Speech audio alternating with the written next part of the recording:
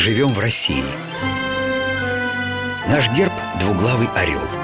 Он держит в лапах скипетр и державу. Флаг России бело-сине-красный. А столица – город Москва. Всего в России более 1000 городов. И каждый чем-то знаменит. Один из них – Нижний Новгород, основанный Суздальским князем Юрием Всеволодовичем в 1221 году. В далекие времена, в смутное время, когда Москва была занята врагами, народное ополчение из Нижнего Новгорода пришло на помощь столице и выгнало захватчиков. Предводителям этих храбрых воинов, Минину и Пожарскому, и в Москве, и в Нижнем Новгороде поставлены одинаковые памятники. В Нижнем Новгороде стали выпускать первые в нашей стране автомобили ГАЗ, Победу, Волгу, Чайку. В этих же краях расположено знаменитое село Хохлома, где деревянные изделия расписывают нарядным красочным рисунком. Сказки здесь рассказывают тоже самые интересные. И каждая, как драгоценный камень, самоцвет.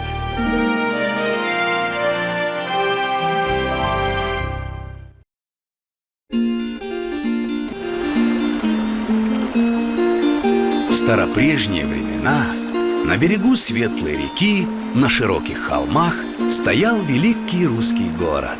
Всех городов краше, всех городов богаче. Жили в нем люди добрые, ремесленники искусные, купцы бородатые, бояре знатные. А еще тот город славился своими красавицами. Правил городом великий князь. Жили люди, поживали, горя не знали. А горе-то и налетело черной тучею. Повадился в те места страшный Горыныч-змей. Стал народ грабить да разорять.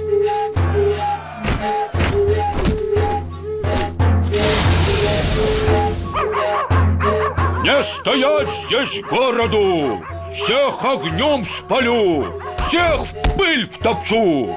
А коли хотите в живых остаться, так умейте меня принять. Буду к вам прилетать, да по красавице съедать.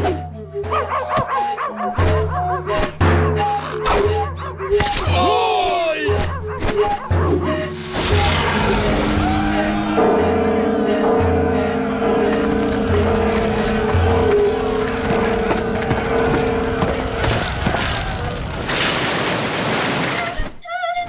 И утащил Змей Горыныч молодую княгиню.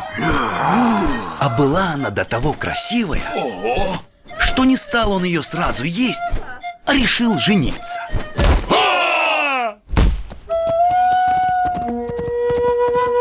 Жил змей в пещере вместе со своей теткой Бабой Ягой.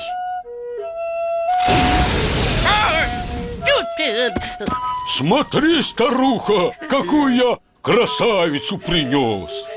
Была она самого князя женой, а теперь моей женой будет. Собирай, Яга, на стол, пировать буду. Да пошевеливайся, старая корга.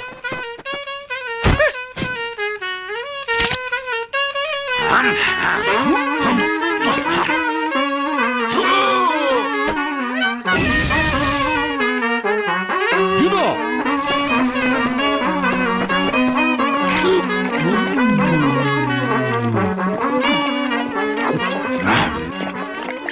Летят утки, летят утки, и два гуся. Я не чистый. Все, спать. А во дворце князь по молодой жене убивается. И собачка мелкая плачет, хозяйку ищет. Князь подумал, что собачка до ветру просится.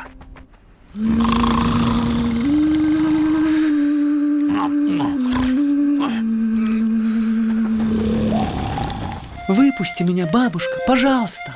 А чего это тебя отпускать-то? Ты что, не знаешь, кто я?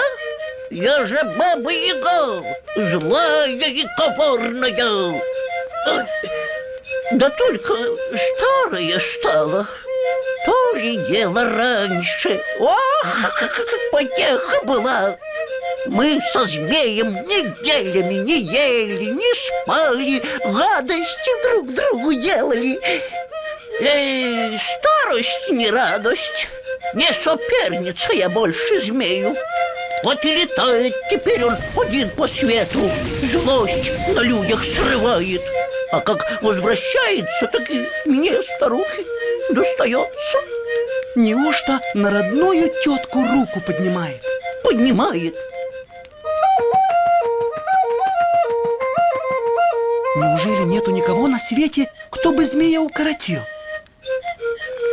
Есть только один мужик. Зовут его Никита Кожемяка. Здоровенный мужик, силы немеренной. Мнет кожи в слободе.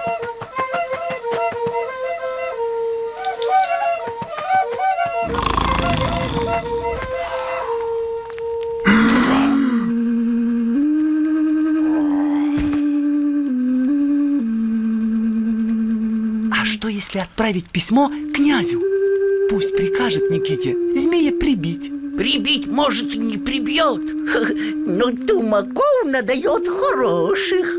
И то польза.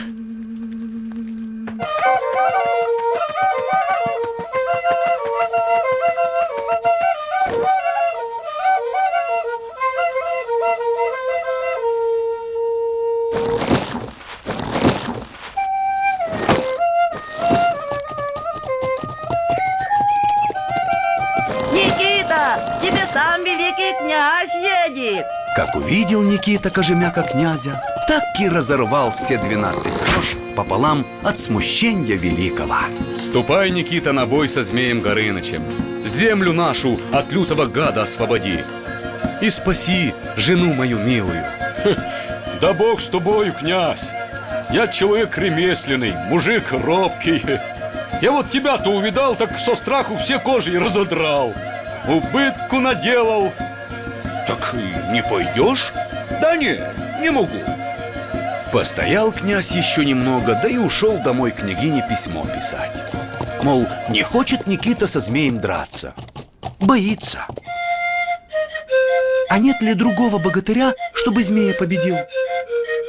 Может и есть, только я его не знаю. А пока искать будете, змей всех красавиц из города перетаскает. Нужно Никитку уговорить. Пусть люди к нему всем миром идут.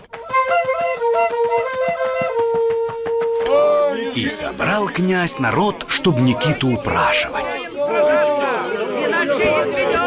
Дяденька Никита, пожалейте нас. Еще годик-другой подрастем и мы, и утащит нас змей.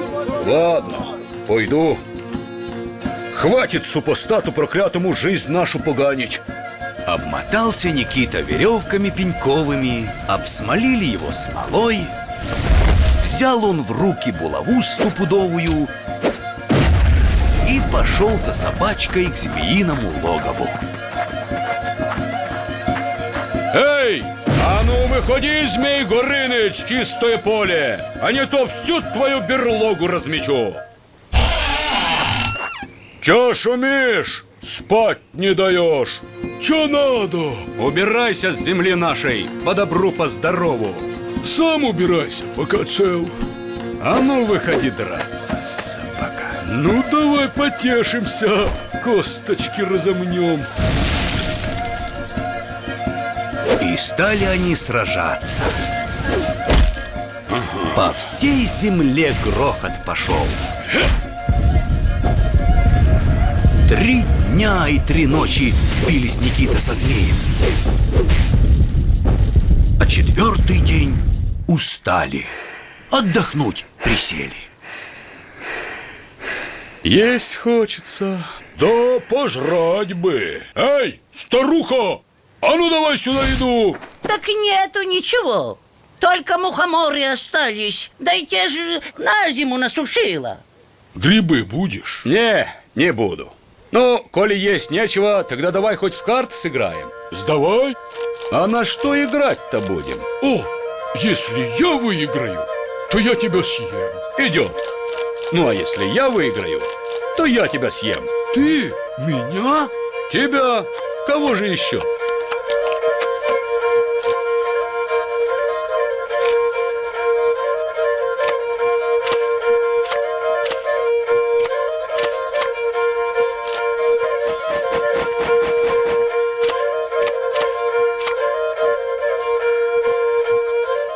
Испугался змей. Никита, вон какой здоровый. А вдруг и вправду съест? Послушай, Никита, ну, на всей земле нет никого нас сильнее. Давай поделим всю землю поровну. Ты будешь жить в одной половине, а я в другой буду. Ну что ж, делить так делить. Давай межу пахать. Сделали мастера-кузнецы соку стопудовую. И запрят Никита в нее змея. Стали они землю делить. Днем и ночью пахали. Шли через поля, через леса, через горы, через пески. И пропахали они межу аж до самого моря Ковстрийского. Ну вот, Никита, землю мы поделили. Выбирай сторону, которая твоей будет. Землю-то мы разделили. Теперь давай море делить. О, а зачем море делить? Ну, если тебе полморя не нужно, то я его целиком и забираю. А не, давай делить дальше, чтоб по-честному. Рванул змей соку и пошел в воды морские, все глубже и глубже. Так с тех пор больше его и не видели. Никита за работу ничего не взял, пошел домой кожи мять. Молодая княгиня вернулась к мужу, и зажили они еще лучше прежнего. А Баба-Яга по сей день жива. Придет, бывало, к морю и вздохнет по змею Горынычу. Какой-никакой, а все ж племянник. Фу, нечисть родная.